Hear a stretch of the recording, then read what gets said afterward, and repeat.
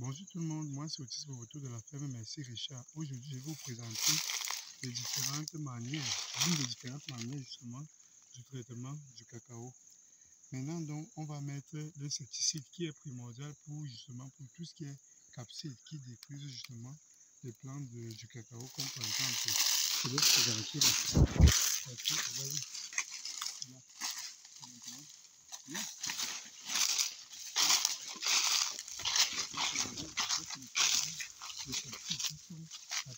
lorsqu'il y a une belle tige de cacao, vous voyez bien, commence à tout là-bas. Mais lorsque ça commence à attaquer, ça finit d'attaquer, voilà le résultat final, c'est un peu plus touché là. Et là, vous voyez, on peut commencer là. Là, vous voyez, ça va commencer à attaquer. Donc, il faut impérativement mettre l'insecticide de manière à sauver ce cacao pour espérer la production l'année prochaine. C'est ce qu'on a décidé ici à la fin du ça, de mettre l'insecticide aujourd'hui. On ne va pas vous dire le nom des produits qu'on utilise ici parce que l'objectif ici n'est pas de faire de la publicité, simplement de traiter et de montrer que le cacao, lorsqu'on mange ça déjà fini, ça demande beaucoup de travail déjà en termes de production avant les étapes voilà. D'où vient justement, je vous montre pas le nom, justement l'insecticide en question. Et là, c'est les mesurettes justement de 50 ml. On doit mettre 50 ml justement par 16 litres, en fait 15 litres précisément. Donc, là, on a besoin de mettre un bouchon de ça. Et on a déjà mis de l'eau là, que je vais pulvériser justement. Ensuite, pour lutter contre ces capsules en question qui détruisent le cacao, je finis par fermer l'appareil pour pouvoir porter et pouvoir commencer à pulvériser.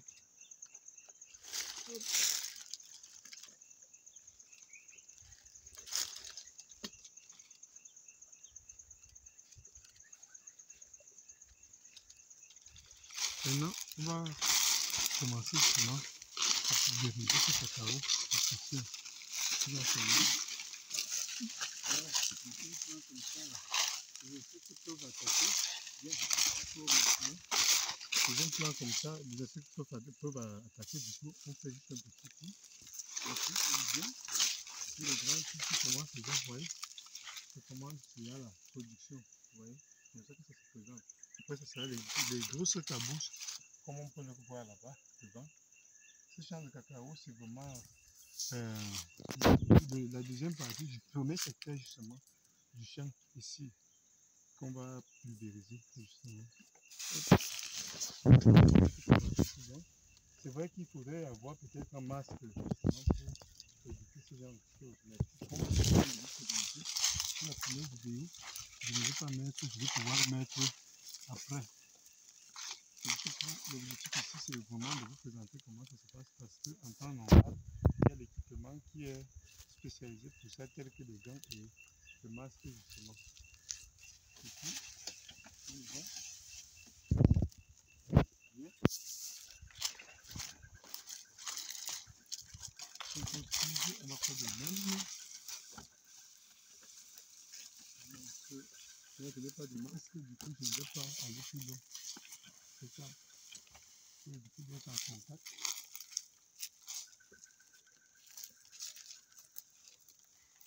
Également.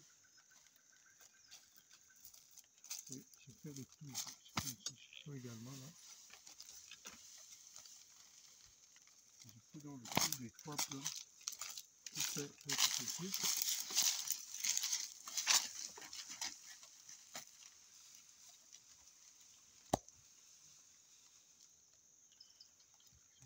Également, le poulet, pour voir que ça c'est un poulet. Comment toujours à produire également.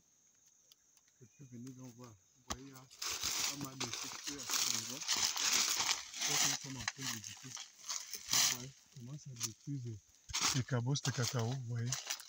Du coup, en appliquant l'insecticide, ça permet tuer, en fait de chasser tout ça du champ du cacao de façon générale. Il est vraiment primordial de mettre des pesticides justement pour ces insectes pourrissements, pour éviter de détruire le plant de cacao. Vous voyez, on peut, tu viens, comme je n'ai pas la main, je vais le faire maintenant. On va faire ça après. Vous voyez par exemple là, ça a déjà été attaqué. Ça a des capsules. Du coup, il est primordial justement de mettre d'insister justement sur les pesticides de manière peut-être à récupérer quelque chose en temps normal. Ça c'est vraiment, je pense que vraiment se faire. Ça c'est la deuxième partie, l'autre partie c'est l'autre côté. En bas là il y a le cacao qui est encore de taille basse.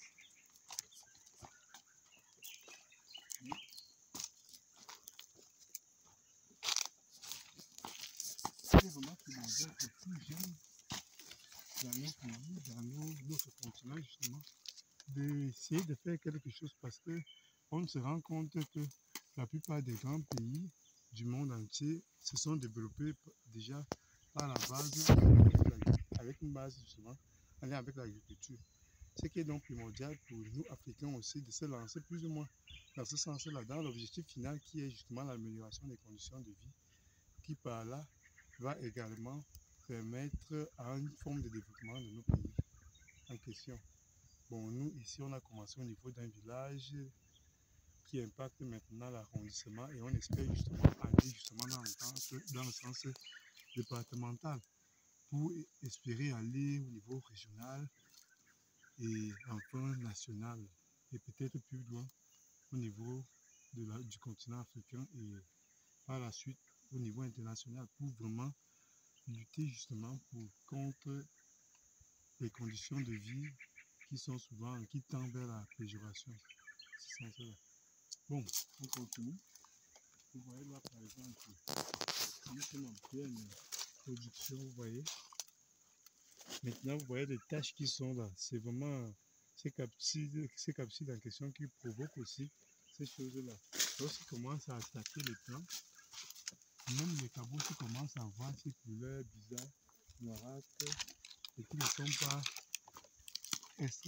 sont pas bien justement pour la poursuite du développement des cabots en question. Et du coup, par conséquent, on ne peut pas avoir une bonne production si on ne fait pas ça à temps. Vous voyez, comme je vous ai présenté par exemple, vous voyez par exemple ici, ce cacao était déjà également attaqué. C'est la raison pour laquelle il était primordial pour nous à la fin, merci Richard aujourd'hui, de venir justement appliquer cet insecticide. Voilà. On continue à produire.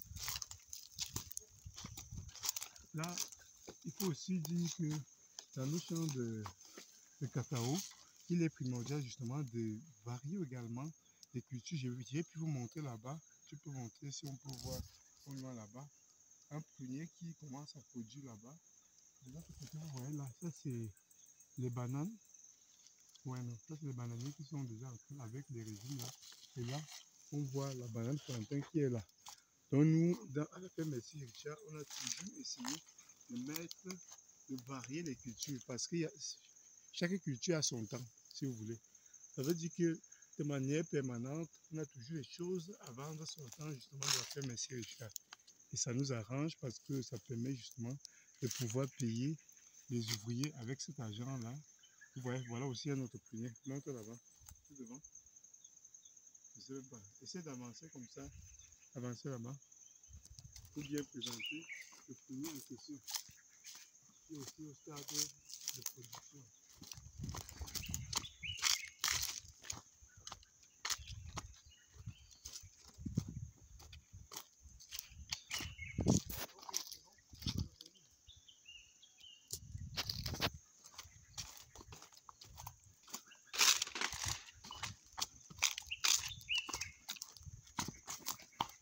Donc, si on peut comprendre quelque chose aujourd'hui, c'est de savoir qu'il est primordial pour l'amélioration des conditions de vie en Afrique, justement, que la jeunesse se lance également dans l'agriculture. Et dans nos villages encore, c'est primordial que la jeunesse se place, ainsi que nos parents qui sont au village puissent vraiment essayer de faire les efforts, de faire les champs un peu plus un peu plus grand dans ce sens-là, pour pouvoir justement s'aimer davantage de choses et cela impliquera et conduira à l'amélioration des conditions de vie. C'est tout pour cette vidéo. Bye bye.